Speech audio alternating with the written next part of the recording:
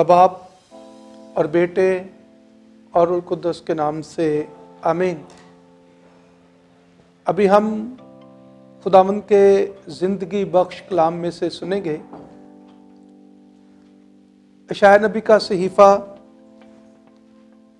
58 बाब पहली 9 आयत। अपना मुंह खूब खोलकर पुकार, बाज ना आ, अपनी आवाज नरसिंगे की तरह बुलंद कर और मेरी उम्मत पर उनके गुनाह और याकूब के घराने पर उनकी खताओं को जाहिर कर। वो रोज बरोज मेरी तलाश करते हैं और मेरी राहों को पहचानना चाहते हैं, उस कौम की तरह जिसने सदाकत के काम किए और अपने खुदा के कानून को तर्क नहीं किया। वो सिद्दक के फतवा मुझसे तलब करते हैं और खुदा की कुर्बत के खां हैं।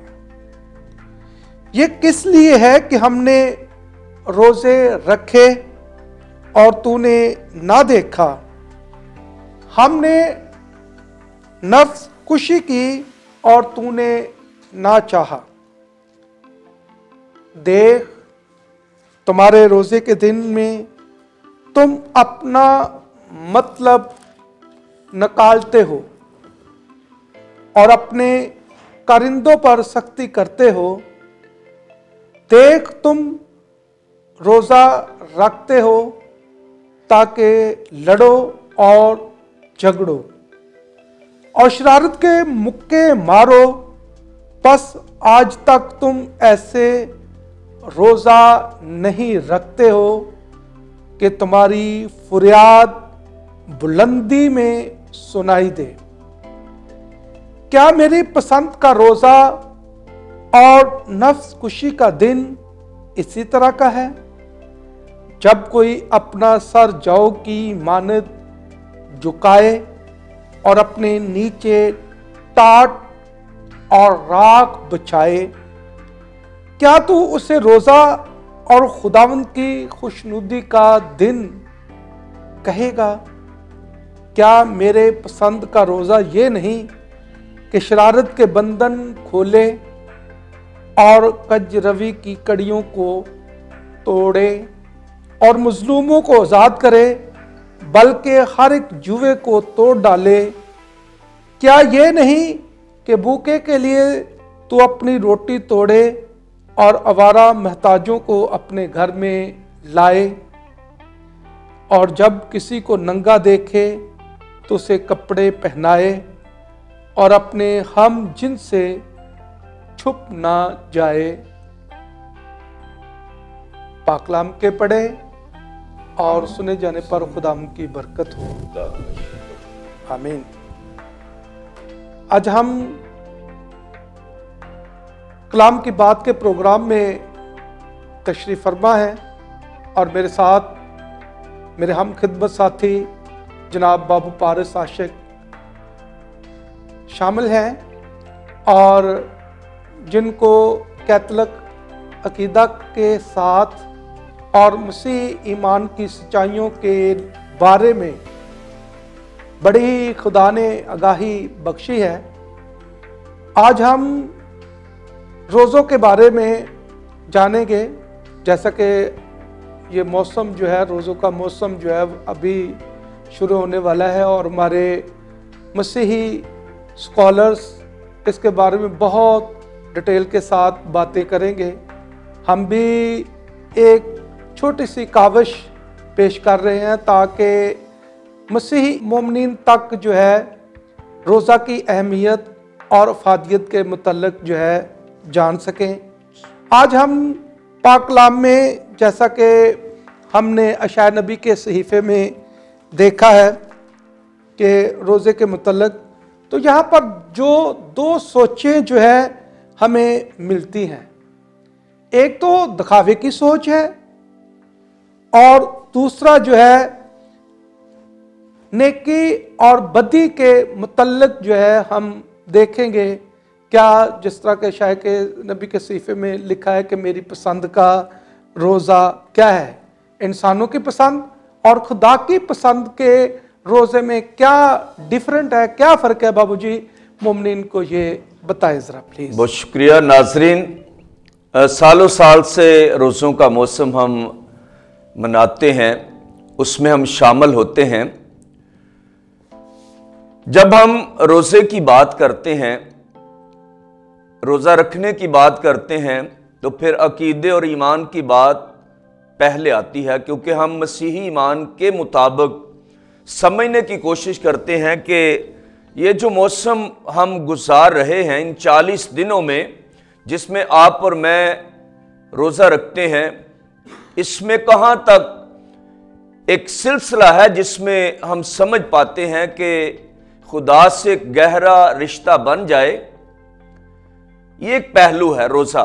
इसके अलावा रोज़मर्रा की ज़िंदगी में गिरजाघरों में जाना, पाक कलाम पढ़ना, पाक कलाम सुनना, पाक मास की कुर्बानी में शामिल होना, ये सारे ऐसे सच हैं जिनको हम जानकर, जिनमें शामिल होकर खुदा से उसी रिश्ते का जिसका मैंने जिक्र किया है मजबूत बनाना चाहते हैं। और एक खूबसूरत लफ्ज़ है खुदा की खुशनुदी हासिल करना, जिसमें खुदा के रहम को उन कामों की सूरत में जो खुदा हमारी धरती पर लोगों की ज़िंदगी में करता है, समझकर कलाम से रहनुमाई पाकर हम उन कामों को करके खुदा के मकबूल नज़र बनते हैं, क्योंकि खुदा हमें प्यार करता है। ये बड़ा सच है और इसका सबूत भी पाक कलाम में हमारे सामने है। यीशु मसीह को इस दुनिया में भेजना, इकलौते बेटे को भेजना और फिर उसका जान देना, और फिर ये सच्चाई हमारे सामने है। आप भी जानते हैं कि इससे ज़्यादा प्यार कोई नहीं करता, अपनी जान अपने दोस्तों के लिए दे दे, अपने बेटे को हमें दे दिया। ये वो चंद बातें हैं जिनको समझना ज़रूरी है। और जिस तरह बाबूजी ने ये सवाल हमारे सामने रखा ताकि हम इससे समझें, इशा नबी के सहीफे की 58 बाब की कुछ आयात हमने सुनी है। अगर हमने गौर से सुना तो इसमें दो हिस्से हैं। एक हिस्सा वो जो इंसानी सोच को परवान चढ़ाता है, और वो सोच है क्या? आप सुनेंगे इन दिनों में गिरजाघरों में जब जाएंगे, पाक जुमे की इबादत में और फिर बाकी जुमे की इबादत में शामिल होंगे, रात के बुध की इबादत में भी शामिल होकर ये हम सीखने की कोशिश करेंगे कि वो तरीक़ेकार है क्या जो सालों साल से असल में हमने जो तलावत सुनी है। नाज़रीन, इसमें खुदा की तरफ से एक अलार्म है हर एक शख्स के लिए। और अलार्म है क्या? जो बजता हमें दिखाई देता है, सुनाई देता है, जिसकी आवाज़ हमारे कानों तक पहुंचती है और गूंजती है। खुदा ने हमारे सामने सच को रखा है कि आज तक तुम ऐसे रोज़ा नहीं रख सकते। मतलब हमारी ज़िंदगी के तमाम साल ऐसे ही गुजर गए, तमाम अयाम ऐसे ही गुजर गए, रोज़ों के तमाम सीज़न, मौसम जो है ऐसे ही गुजर गए। या फिर हमें आज नए सिरे से इस बात को समझने की ज़रूरत है कि खुदा ने अगर ये बात हमारे ऊपर रखी है, हमारे सामने पेश की है कि आज तक तुम ऐसे रोज़ा नहीं रख सके, तो फिर वो रोज़ा है कैसा? या तो पहली सोच जिसका जिक्र हमने किया पहला, कि इंसानी सोच जो है, इंसानी रवैये जो हैं, दिखावे का अमल जो है, वो एक पहला हिस्सा है, और जिसमें इंसान अपनी भलाई, बेहतरी, और आज ऐसे हज़ारों लोग आपको नजर आएंगे, शायद मैं और आप भी कभी कभार इस सिलसिले में आए हो कि हमने ऐसे रोज़ा रखा हो जो महज इंसानी सोच का रोज़ा हो, या मेरी अपनी बेहतरी और बढ़ोतरी के लिए वो अमल हो जो मैं सिर्फ लोगों के सामने दिखाने के लिए करूं। इसलिए खुदा को ये कहना मुनासिब लगा कि ऐसी सोच, ऐसे जहन जो है, ऐसे अमल जो हैं जो आज तक किए गए रोज़ा रख कर, वो मुझे पसंद नहीं है। और फिर एक दूसरी सोच हमारे सामने आती है, वो है खुदा की सोच, जिसमें इंसानों की भलाई, बेहतरी, गुर्बत के खात्मे, गरीब की ज़िंदगी में उसकी मदद करना और फिर उसके हालात को बेहतर लाना, बेहतर तौर पर उसके हालात को। इसलिए आज कलाम में हमारे सामने जो इशाया 58 बाब में से हमने तलावत सुनी है, नाज़रीन, हमने बहुत खूबसूरती के साथ इस तलावत को सुना।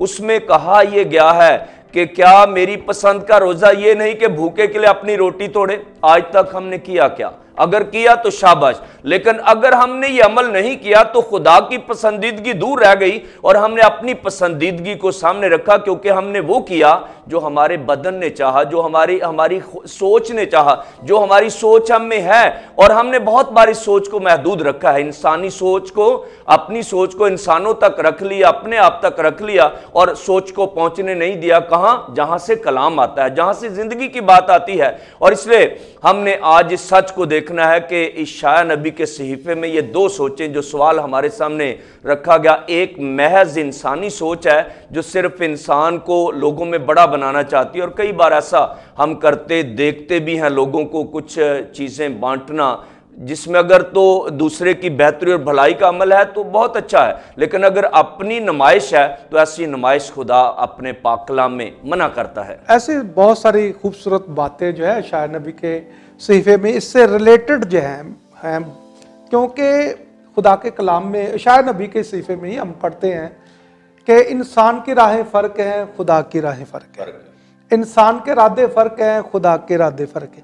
कितना फ़र्क है, जिस तरह से ज़मीन से आसमान बुलंद है, इतना हमारा और खुदा का ये फ़र्क है।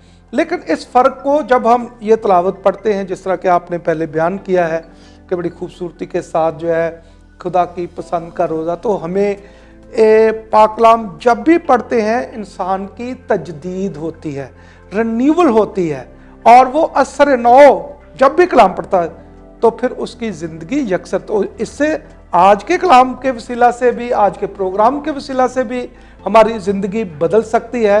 तो एक और बात मुझे यहाँ करनी है, हम सब भी नाज़रीन, हम सब भी बड़े छोटे सब एक सोच पर अटके हुए हैं, और जिसका थोड़ा सा मैंने जिक्र किया। एक और मामला है जिसको हमने हाईलाइट करना है, वो है वो जुल्म जिसका जिक्र किया गया कि तुम अपने हाथों से अपने कारिंदों पर सख्ती करते हो।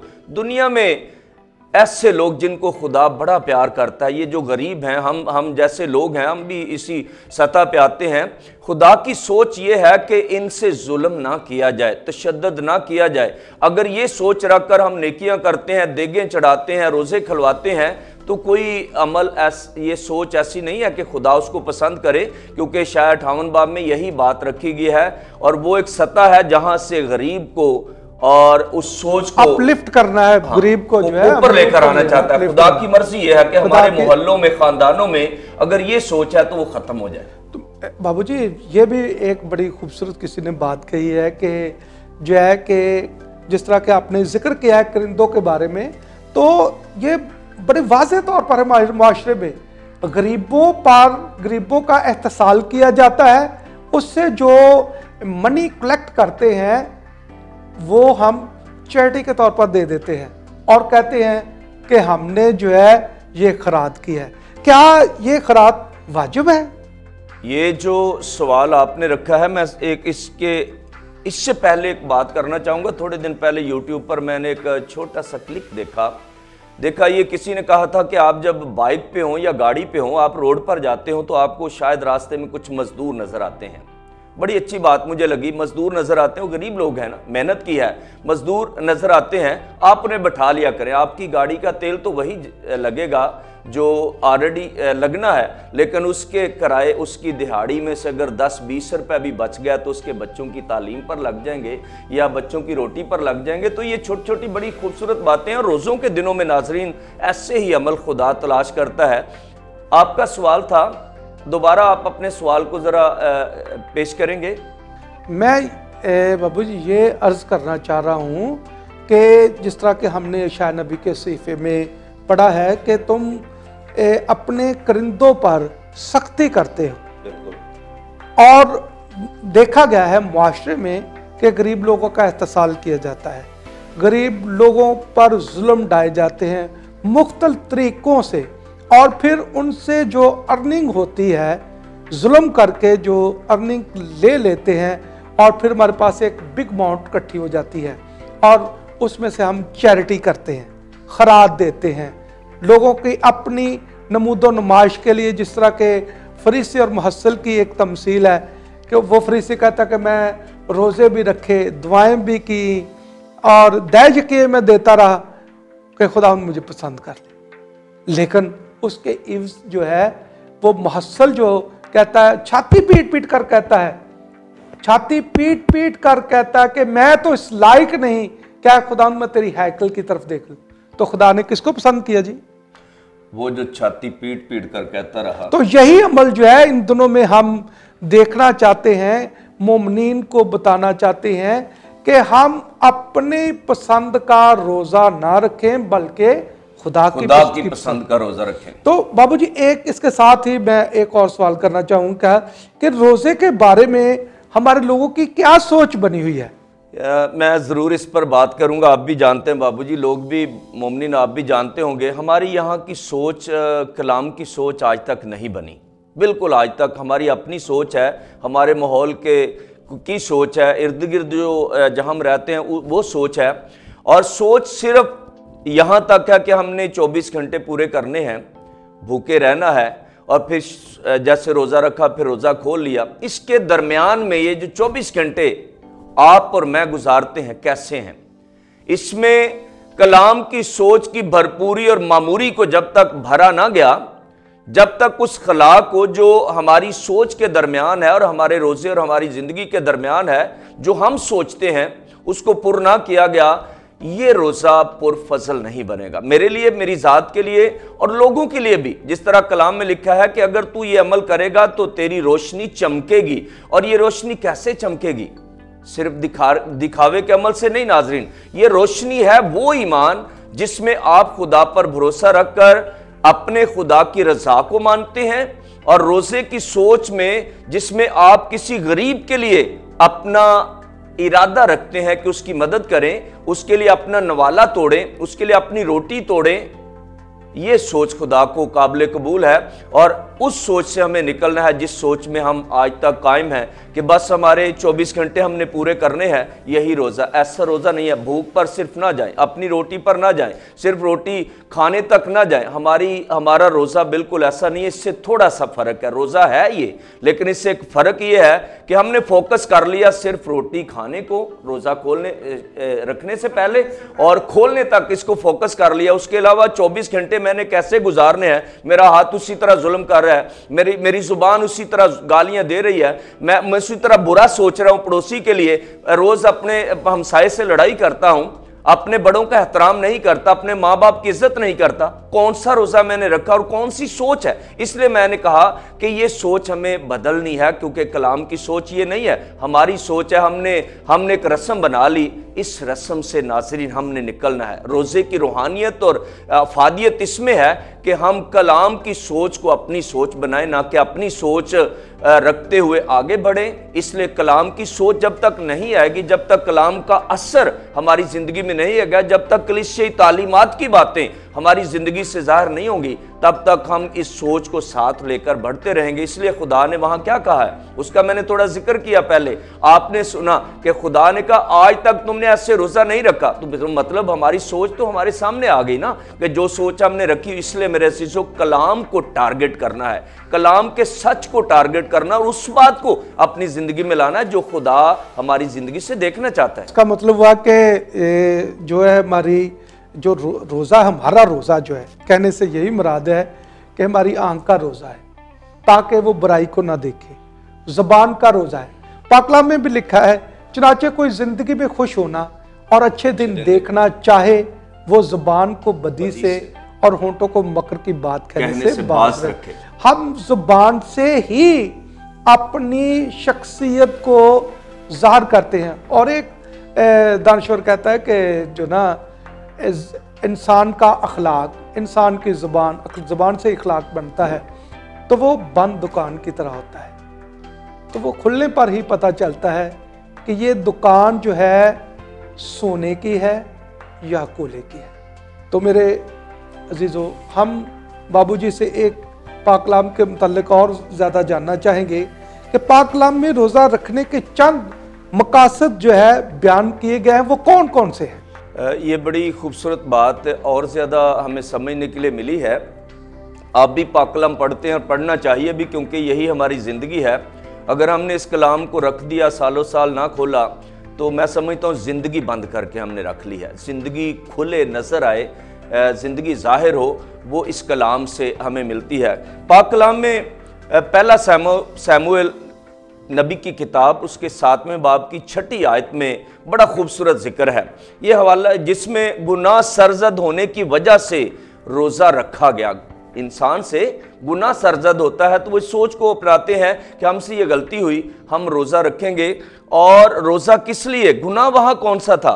गुनाह था बालीम और इश्तारूत की इबादत करना, उनको मानना, खुदा मानना। और नाज़रीन, आप तो जानते हैं खुदा शुरू से अकेला है, सच्चा है, वाहिद है, कुदरत वाला है। वो अपने साथ किसी को और अपनी सतह पे देखना नहीं चाहता और हम इसके कायल हैं। इसलिए सैमुएल नबी उन्हें कहते हैं कि तुम बालीम को जिसकी तुम पूजा करते हो और इश्तारूत को जिसकी तुम पूजा करते हो, जो देवी है, इसको अपनी जिंदगी से निकाल दो। इसलिए उन्होंने रोजा रखा और लाओ अपनी जिंदगी में किसको? जिंदा सच्चे वाहिद खुदा को, उसी की इबादत करना। क्या कहा गया? सुन ऐ इस्राएल, खुदामन तुम्हारा खुदा एक ही खुदा है। उन्हें याद दिलाया गया ये दोनों मूर्तियां निकालने से, इन दो बुतों को निकालने से नबी ये जाहिर करता है कि खुदा के उन वादों को याद करो जो उसने तुम्हारे लिए किए हैं और उन वादों को उसी तरह मानो जो कलाम कहता है। और वादे मानने कैसे हैं?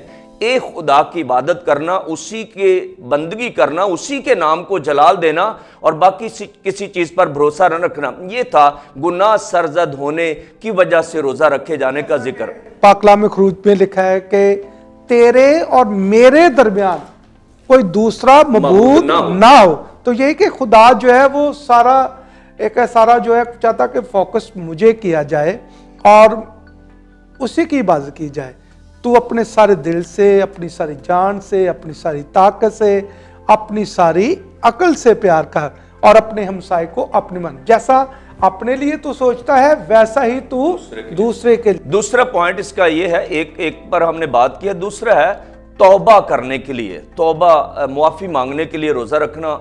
और यूनुस नबी का वाक़या नाज़रीन आप जानते हैं, बड़ा खूबसूरत ये वाक़या है कि किस तरह से जब वो गुनाह में गिरफ्तार हो जाते हैं, कौम गुनाह में गिरफ्तार हो जाती है, खुदा की तरफ से ये बात आती है कि मैं तुम्हें बर्बाद कर दूंगा। इंतहा का गुनाह जब बढ़ जाए, जब जिंदगी में इंतहा हो जाए, गुनाह की बदी की शक्ल नुमाया रहे और नेकी का वजूद ख़त्म करने पर लोग तुल जाएं, नेकी कहीं ढूंढने से नजर ना आए, तो फिर खुदा फैसले करता है। और उसने ये फैसला किया, नबी से कहा कि इस कौम को आगाही दे दे, मैं तुम्हें बर्बाद कर दूंगा। और नबी बेशक हिचकिचाता है, इधर उधर भागने की कोशिश करता है, लेकिन खुदा अपने मंसूबों को कामयाब करता है। वो जैसे भी मंसूबे बनाता है, जैसे पौलुस मसीहों को मारने के लिए चला गया और उसके बाद आपको पता है दमिश्क के रास्ते पर कैसे वो अपने आप को जान देने के लिए उसके बाद तैयार हो जाता है। बिल्कुल यूनुस नबी ने ये सोच को अपनाया, लेकिन खुदा ने उसकी सोच को मनफी रुझानात की तरफ बढ़ने नहीं दिया, बल्कि मुस्बत किया।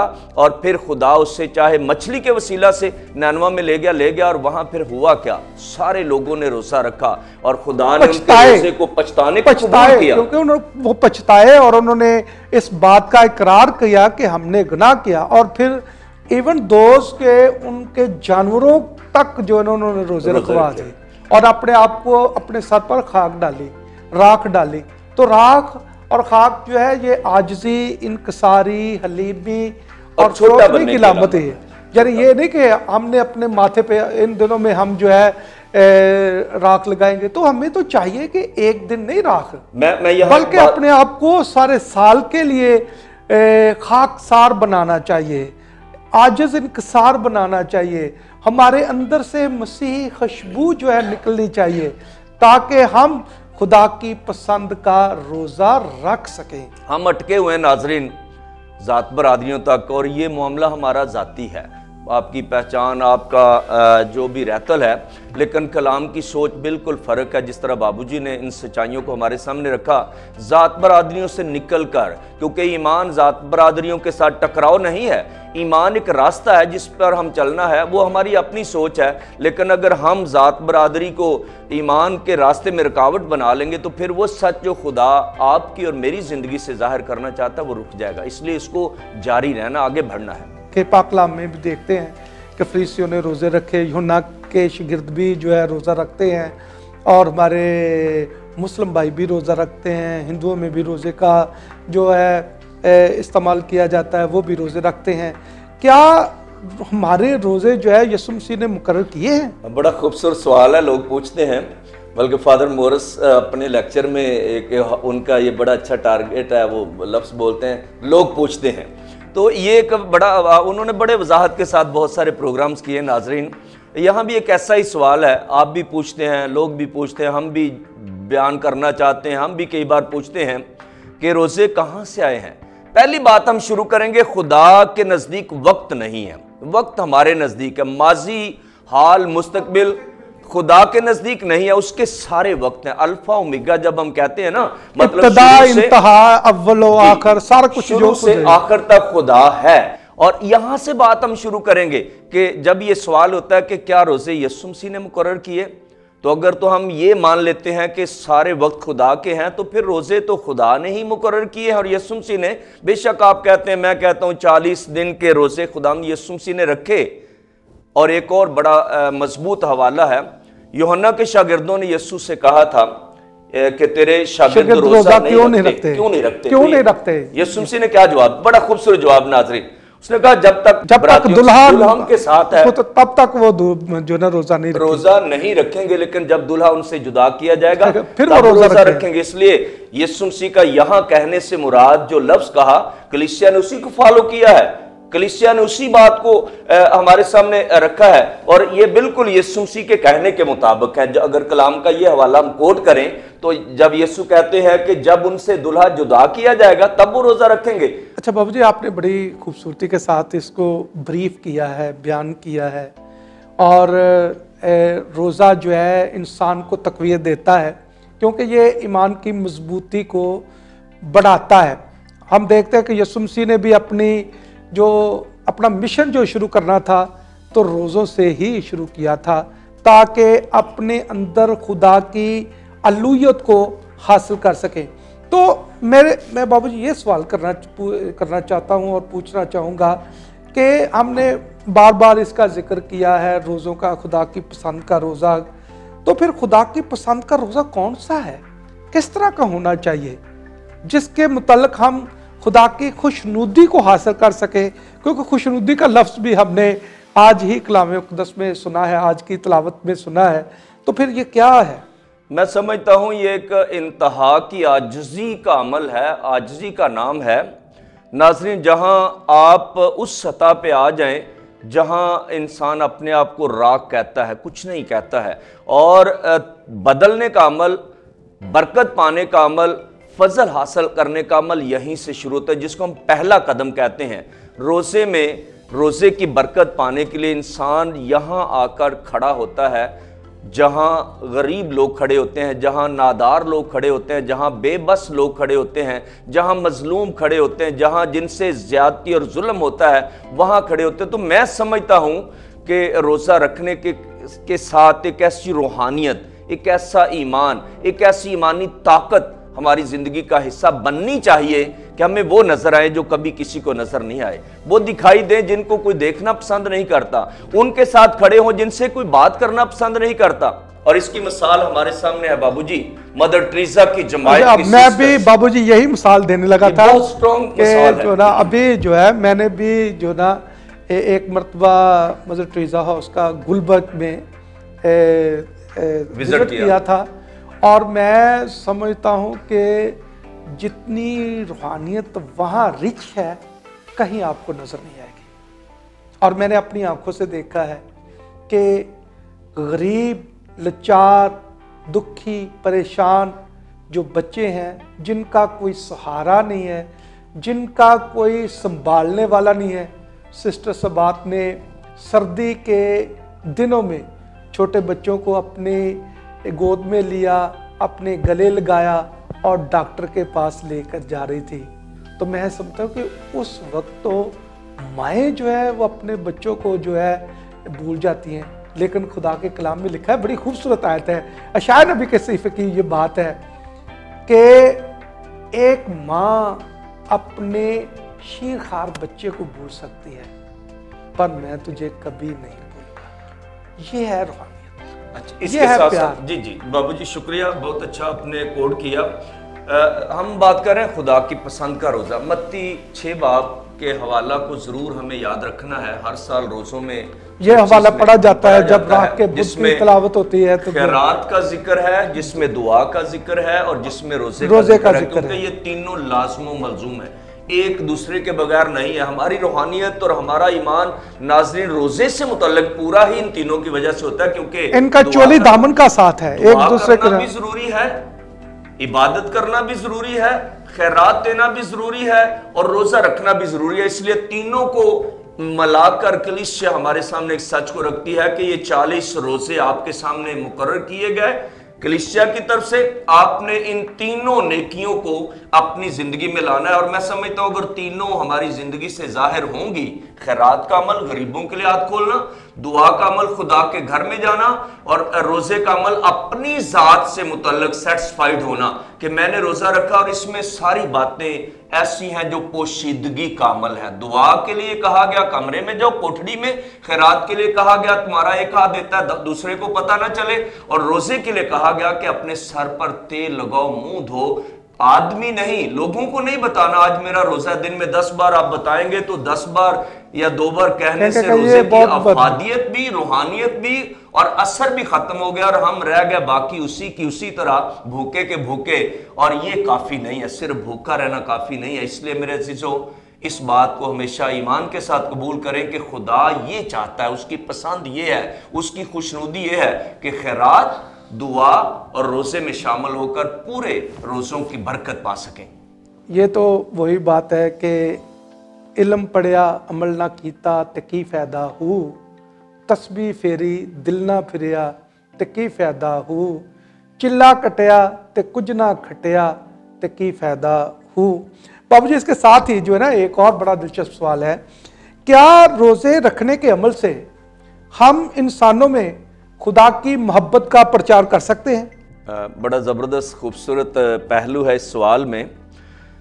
जिस तरह कोई भी नेकी का अमल जो है वो हमें खुदा से जोड़ता है, रोज़ा एक ऐसा खूबसूरत अमल है जिससे हम डायरेक्ट तो ना समझते हो कि खुदा से हमारा रिश्ता बन गया, लेकिन जो मखलूक उसने पैदा की है, जो लोग उसने बनाए हैं, उनके साथ एक खूबसूरत ताल्लुक़ रखने से हम ये अमल कर सकते। जैसे बाबूजी मत्ती 25 बाब में बड़ा खूबसूरत वहाँ लिखा गया है कि यीशु मसीह फरमाते हैं, मैं ये हवाला आपके सामने रखूँगा 25 बाब का।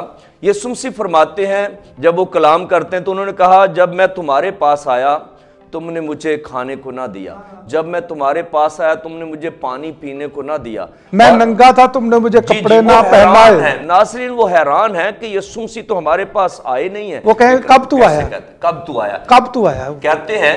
लेकिन यीशु मसीह ने क्या कहा? उसने कहा, जब तुमने इन छोटों में से किसी एक के साथ नहीं, तो समझ हमें आ गई कि रोजे की रूहानियत क्या है, खुदा की मर्जी क्या है, उसकी पसंद क्या है। इन छोटों, कौन से छोटे? जो आप दिन में 3 बार खा के सोएं और किसी के घर में एक वक्त चूल्हा भी ना जले, आपके बच्चे नए कपड़े ले ले और किसी के बच्चे के गले में कपड़े भी ना हो, कमीज भी ना, शर्ट ना पहनी हो, किसी के पाँव में जूती भी ना हो, किसी के बच्चे की फीस अदा ना की हो, कोई फीस की वजह से घर बैठ गया हो, रोशनियों में चलने वाला अंधेरों का मुसाफिर बन गया हो। कहां वो रोशनी चमकी जो शायद 58 बाब में है? वहां लिखा है, तब तेरी रोशनी सुबह की मानिंद फूटेगी, कौन सी और तेरी सेहत जल्द जाहिर हो जाएगी। ये है वो नेकी का अमल, ये है वो रोशनी जो ईमान की रोशनी है, जिसको हमने फैलाना है। और रोज़ों का ये मौसम खुदा करे हम सब के लिए रोशनी फैलाने का सबब बने, ईमान बढ़ाने का सबब बने, और गरीबों के लिए जज्बात, जो मोहब्बत के जज्बात हैं, उभारने का सबब बने, मसीह खुदामंद के वसीला से, आमीन।